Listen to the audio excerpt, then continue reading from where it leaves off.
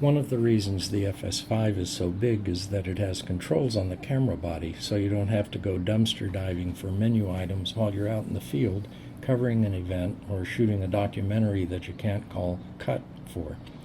You can see a large number of controls here, but even they aren't enough.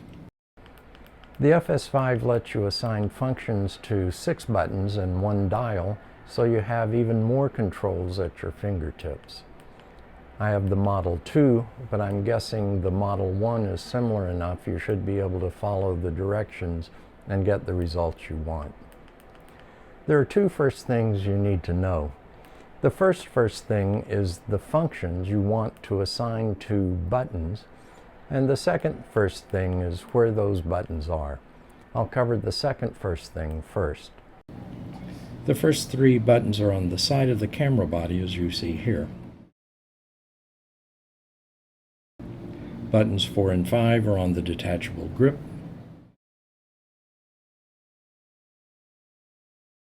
Here's the dial. And button 6 is thoroughly impossible to find while the grip is attached.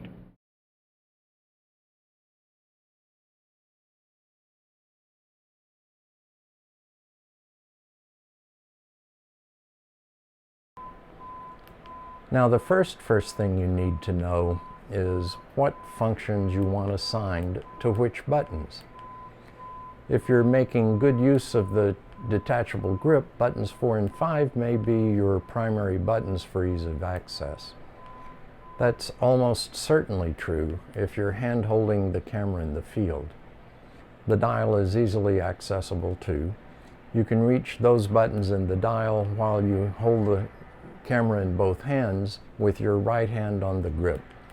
Button 6 may take some practice, but it's available too if you need to reach around with your right hand on the grip. Buttons 1, 2, and 3 are on the side of the camera, handy if it's on a tripod. If you're hand holding, you'll need to take your left hand off the camera to reach those buttons though. You can see which functions I've assigned to which buttons, but don't copy my choices. Those are for a specific task with a specific lens. Assign functions that you use most often. You may need to assign functions to 4, 5, and the dial, even if they have controls on the side of the camera, which you can't reach without removing one of your hands if you're hand holding. Only you know what functions you need to have at hand or at a moment's notice. Here we are back at the side of the camera. There's the menu button and the select set dial. Press in on the menu button and it pops up on your screen. You can roll the dial up and down and the options are highlighted. Press in and you're in the options for one of the menu items.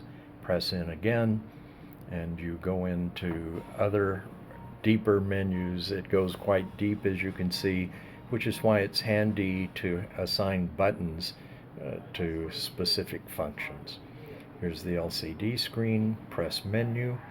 We're on the little, looks like a file cabinet icon on the bottom is the one we want. It's called System.